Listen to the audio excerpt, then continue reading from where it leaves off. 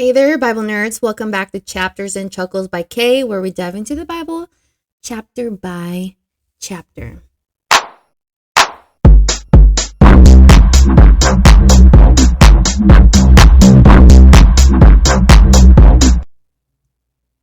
All right.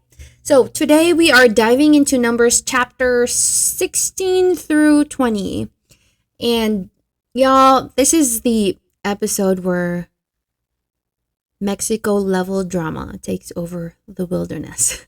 You ever thought your workplace had problems or your family? Trust me. The Israelites said, "Hold my mana." So grab your drink, get cozy, and let's dive in. I have my coffee. Let me just go ahead and chug this.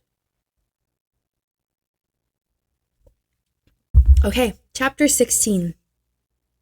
So this chapter opens like a reality TV episode. If the Book of Numbers had its own spin-off show, this would be the one with the angry confessionals. The dramatic music, and the producer off-screen whispering, "Are you sure you want to say that on camera?" So, Korah, a Levite, decides he is tired of Moses and Aaron being in leadership. And instead of quiet complaining, he gathers his cousins, Dathan and Abiram from the tribe of Reuben and 250 well-known community leaders. These men are not randos. They are men with influence, reputations, the kind of folks who normally get invited to, the leadership brunch. Together, they pull up to Moses and Aaron and basically say, "You are doing the most. So the whole community is holy.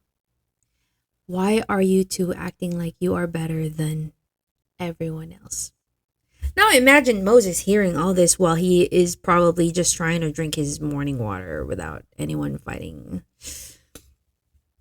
So Moses falls face down. It is bad when someone goes straight to face plant prayer. Moses tells Korah that the Lord will show whose team he is on. They need to bring censers, add incense, and let the Lord decide who is truly set apart. This is crazy. And Moses tries talking to Korah directly, and this part always hits me. Moses tells him it is not enough for you that God separated.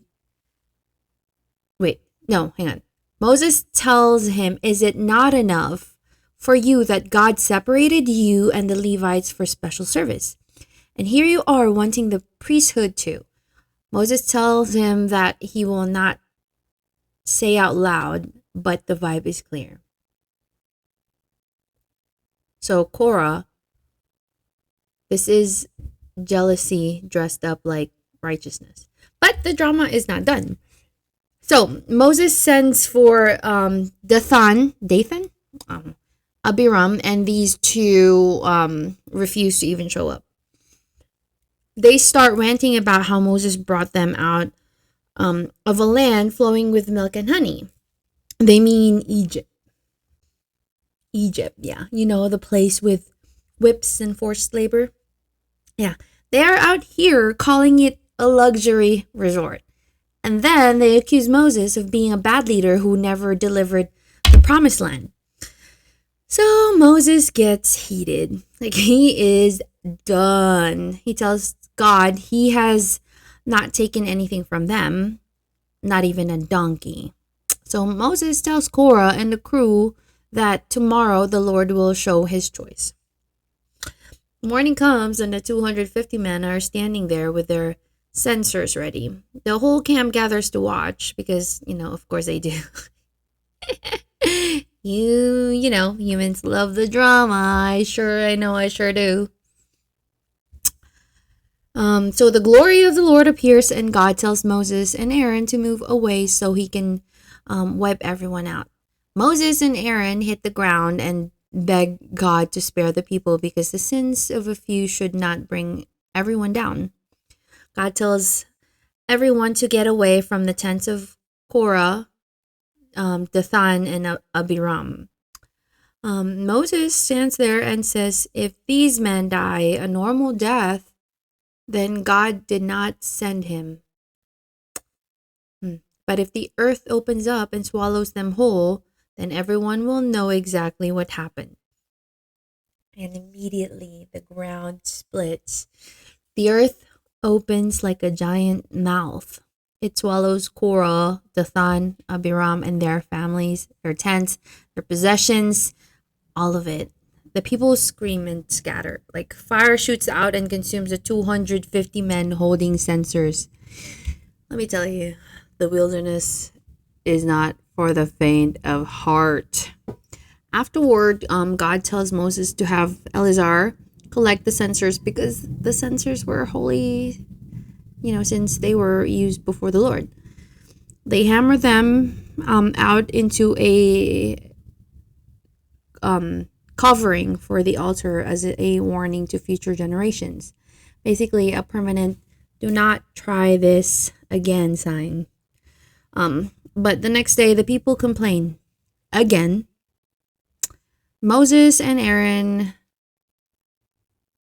They accuse Moses and Aaron of killing the Lord's people. So God sends a plague. Moses tells Aaron to grab the censer, fill it with incense, and stand between the living and the dead. Aaron sprints into action, running into the middle of the camp, literally drawing a line between who lives and who dies.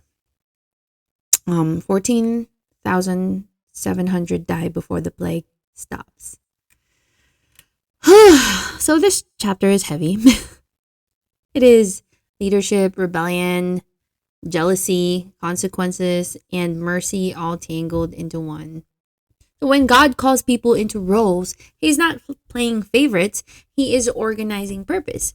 Korah wanted influence instead of obedience. Dathan and Abiram wanted comfort instead of truth, and the people wanted someone to blame.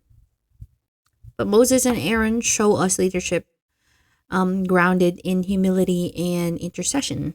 Sometimes the real work is not the visible title, but the unseen prayers. The moment we stand between the living and the dead, the times we hold the line when everyone else is losing it. So, in your own life, ask God to help you crave calling instead of clout, surrender instead of control. Surrender instead of control. All right, fun fact corner. The censers being hammered into plating on the altar means every future offering reminded Israel about the rebellion.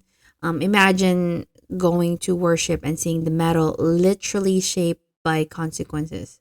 We'll talk about accountability built into architecture.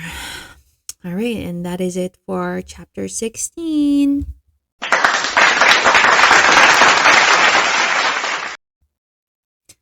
Okay, chapter 17. After the wilderness-wide chaos from the last chapter, God decides it is time to settle the leadership question once and for all.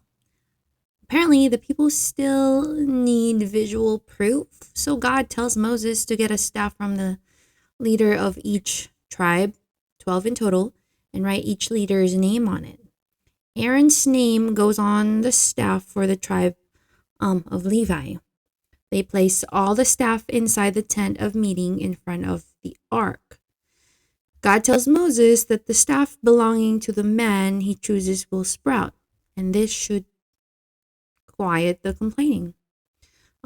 They leave the staffs overnight, and when Moses enters the tent the next day, Aaron's staff has not just sprouted. It has buds, blossoms, and ripe almonds.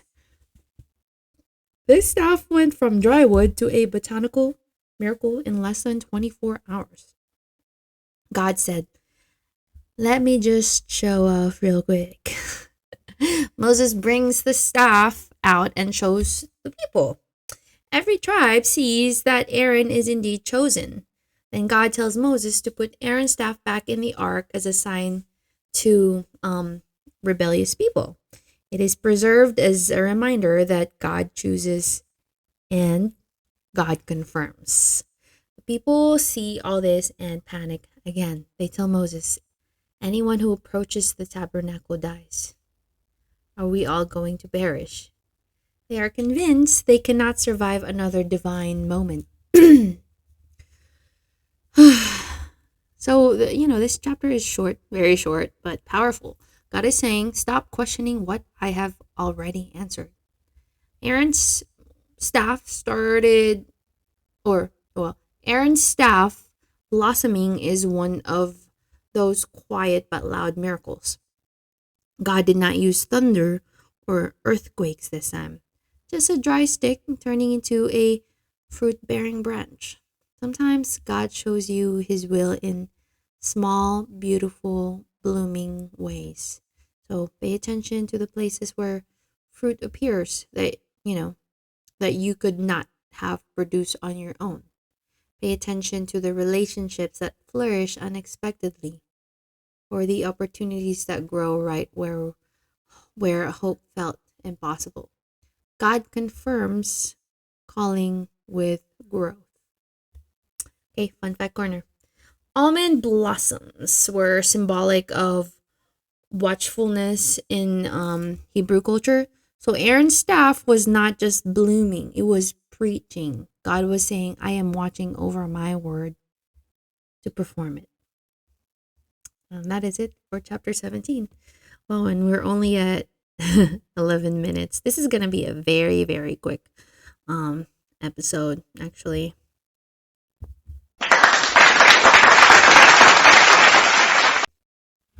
All right, chapter 18. So with Aaron's priesthood firmly established, God now lays out a detailed job description for the priests and Levites, and also the benefits package. This chapter isn't flashy like the last two, but it's crucial for organizing Israel's worship life. Think of it as as God setting up the first ministry org chart. Who does what and how they are supported. First, God speaks directly to Aaron. Notice that Moses usually gets the messages, but now Aaron is addressed as the head of the priestly family. He says, in essence, Aaron, you and your sons are responsible for the sanctuary and the altar. Also, you priests may come near the most holy things. The Levites, your fellow tribesmen, will assist you in the more routine duties of the tent of meeting, but they must not touch or intrude upon the sacred furniture or altar. If they do, both they and you will die, and absolutely no one else may approach these holy duties, or they'll be put to death. So in short, stay in your lane, everyone. Priests handle priestly stuff. Levites handle support stuff. Lay people, don't try this at home. These boundaries sound harsh, but after the recent rebellion fiasco, clarity is needed to prevent any repeat of unauthorized incense adventures. So next, God explains what the priests get in return for their service. So spoiler, they don't get land or a promised land ranch like the other tribes. Instead, their portion is all the special offerings the Israelites bring to God. It's like a divine catering plan for the priests' families. Here's a rundown. Whenever the people bring grain offerings, sin offering, or guilt offerings, the part not burned on the altar is for the priest to eat. Also, the Israelites' gifts of first fruits, the first and best of their harvest of grain, wine, and oil, all of that comes to Aaron's family. The firstborn of every womb that is offered to God is also the priest's share. That includes animals, the firstborn cow, sheep, etc. So, firstborn human sons aren't sacrificed, of course. Instead, they are redeemed. The family pay 5 shekels, and that money goes to the priests. Similarly, firstborn unclean animals like donkeys are redeemed with a payment or exchange for a lamb, so the priest receives the substitutes. Essentially, whatever is offered to God in these ways ends up sustaining the priest. God calls this arrangement a covenant of salt forever with Aaron's line. In the ancient world, sharing salt or eating salt together was a symbol of lasting, irrevocable pact.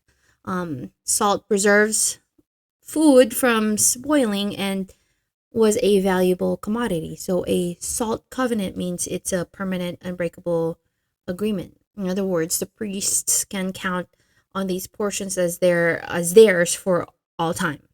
It's God's way of providing for those who provide spiritual leadership. No farmland needed. Their food and supplies come off God's altar and the people's tithes. Speaking of tithes, God then turns to the Levites' deal. The Levites also won't inherit farmland in Canaan. Instead, God said, I give the Levites all the tithes in Israel as their inheritance in return for their work. So when the Israelites bring their tithe, 10% of all produce, livestock, etc., excuse me, that offering goes to the Levite clans. Imagine harvest time. Each Israelite farmer sets aside a tenth of grain, fruit, wine, etc., and delivers it for the Levites. That's the Levites' livelihood, since they're busy doing temple guard duty, music ministry, and tabernacle maintenance instead of farming. So it's a support system. The people support the Levites, and the Levites support the priests. But the Levites don't get to keep everything scot-free. They must give a tithe of the tithe. So 10% of what they receive to the Lord, which in practice goes to the priests. God tells Moses to instruct them. Once the Levites collect Israel's tithes, they are to set aside a tenth of that, the best portion of it, as an offering to the Lord, and give it to Aaron's family. In this way, even the Levites are contributing, and the priests ultimately receive a portion of everyone's produce. It ensures everybody giving something, even those who themselves live off the offerings. After the Levites present the tithe, essentially giving God the priests their share, the Levites can use the rest for their families as their income. They may eat it, trade it, whatever. It's their compensation for their labor. They just must treat the sacred gifts with respect and not profane them. And they bear guilt for it. Yeah. So by the end of this chapter, Israel's religious order is firmly established. No more ambiguity about who does what or how the spiritual leaders make a living. The community's worship can function smoothly. The spiritual leaders are set apart and provided for, and the people's contributions are holy and purposeful. It's a far more orderly, cooperative vision after the chaos of Korah's rebellion. Each tribe and each person has a part to play in keeping the nation's worship on attack. So structure is not punishment. I actually love structure. A lot of people strive on structures, and a lot of people also do not. It just depends on your personality. Structure protects purpose. God created boundaries so no one would get hurt. How many headaches, in our own lives come from ignoring healthy boundaries or trying to take on roles that are not ours? God gives responsibilities that match calling. He gives resources that match assignment. And he asks for honor, generosity, and gratitude in return. All right, fun fact corner. Let's see. When God says he is Aaron's inheritance, that is not a poetic fluff. Land was wealth in the ancient world. By giving the priests no land but himself, God was literally saying, I will personally be your sustainer, your provider, your income. So that is a major flex. And that is it for chapter 18. All right, chapter 19. This chapter introduces the mysterious symbolic cleansing ritual involving a red heifer. This cow has to be completely red, without blemish, and never used for work. They bring the cow outside the camp, slaughter it, and burn it entirely. Then the cedar wood, hyssop, and scarlet wool are thrown into the fire. The ashes are collected and used to create water for purification. Anyone who touches a dead body becomes unclean for 7 days. So on the third and seventh days, they must be sprinkled with the water mixed with ashes. If they skip it, they remain unclean and basically contaminated the sanctuary. Even the person gathering the ashes becomes unclean until evening. So this is one of those chapters where everyone is slightly confused, even scholars. But what is clear is that God is teaching Israel the seriousness of purity, the reality of spiritual contamination, and the need for a cleansing that they cannot do themselves. The red heifer ritual becomes a future symbol pointing to Jesus, the ultimate cleansing sacrifice. So the red heifer ritual is one of those passages, as I've said, where you go, So why a red cow and ashes? So it reminds us that we don't always get to know why. I know I'm just rambling here, but you don't always get to know why behind God's words. It's not about the why. It's about having faith. So, but there's usually a deeper wisdom, right? So this mysterious ritual provided cleansing from death, a very real need, both practically and spiritually.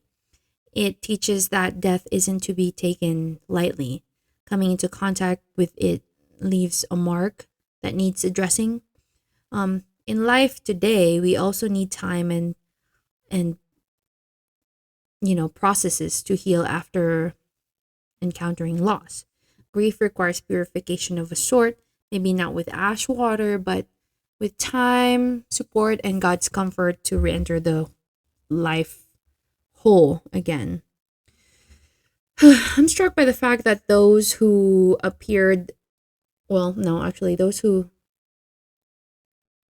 prepared the cleansing became unclean in the process.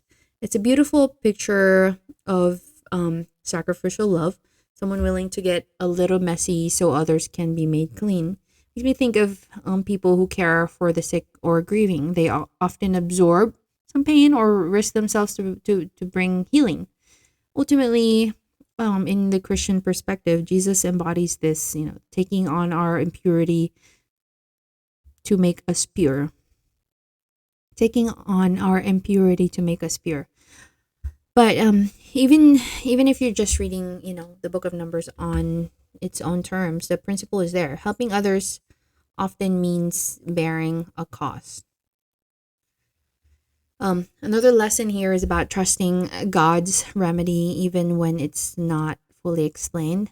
The Israelites might have found this ritual odd, but it was God's provision. Sometimes we're called to obey or follow divine guidance that we don't completely understand in the moment.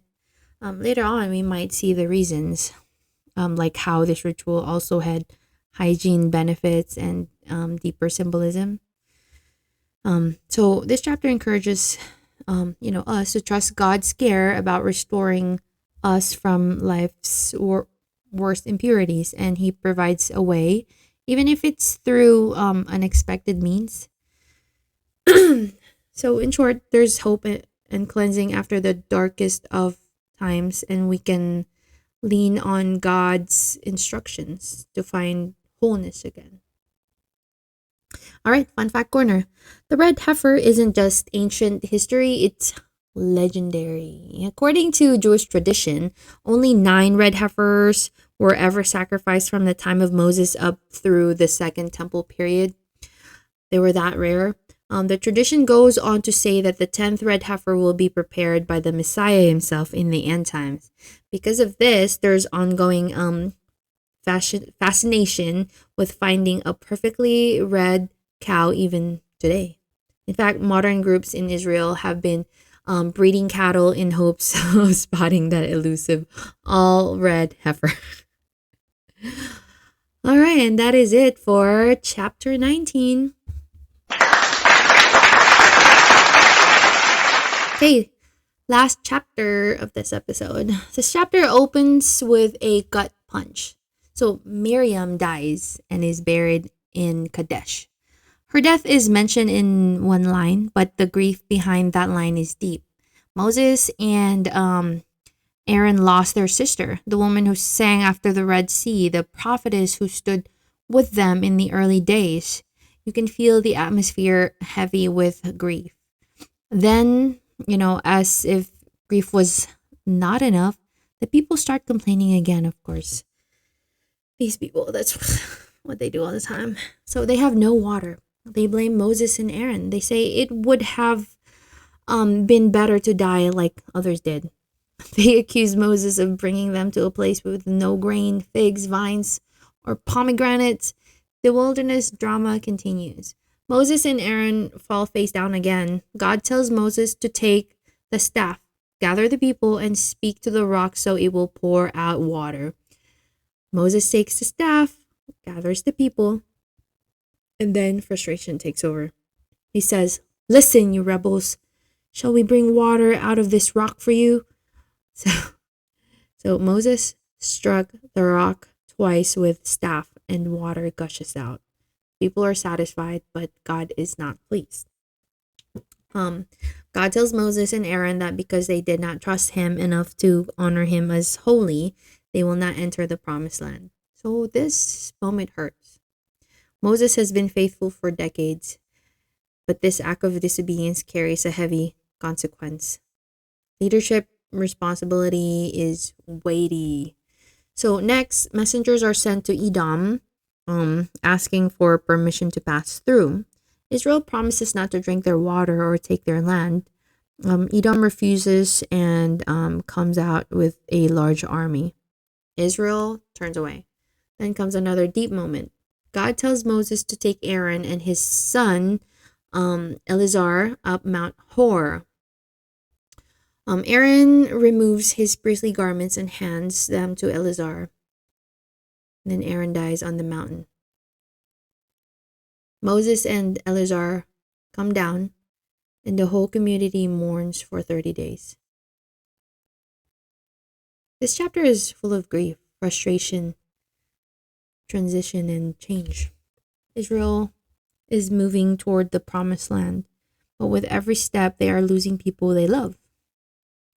Moses striking the rock reminds us that even strong leaders have breaking points. Pain and grief cloud judgment. Frustration makes us forget who actually provides the miracle. God wanted the people to see his holiness, not Moses' strength. And yet, even in Moses' failure, God still gave the water. God does not withhold mercy because of human mistakes. He gives what people need even when the leaders struggle. You can fail God in a moment and still be loved, still be used, still be held. All right, fun fact corner. Miriam, Moses, and Aaron each die in the same year. This is a transition moment for a new generation. Eleazar becomes high priest, so this is kind of a spoiler too. Eleazar becomes high priest, and the the leadership thing is passed on to him. The entire book is shifting from the wilderness wanderers to the promised land generation. So the Israelites are grieving. Moses is grieving. Aaron is gone. Miriam is gone. The promised land is close, but the road is rough. And in the next episode, Israel is about to deal with fiery serpents, victories, losses, more losses, and a talking donkey. Oh yes, a whole donkey with opinions. So stay tuned because it is about to get wild in the best way. So thank you for listening to Chapters and Chuckles by Kaye. If you have enjoyed this episode, don't forget to follow, subscribe, or leave a comment. You can catch new episodes only on YouTube, Apple, and Spotify. And until next time, keep laughing, and as always, stay curious and stay blessed.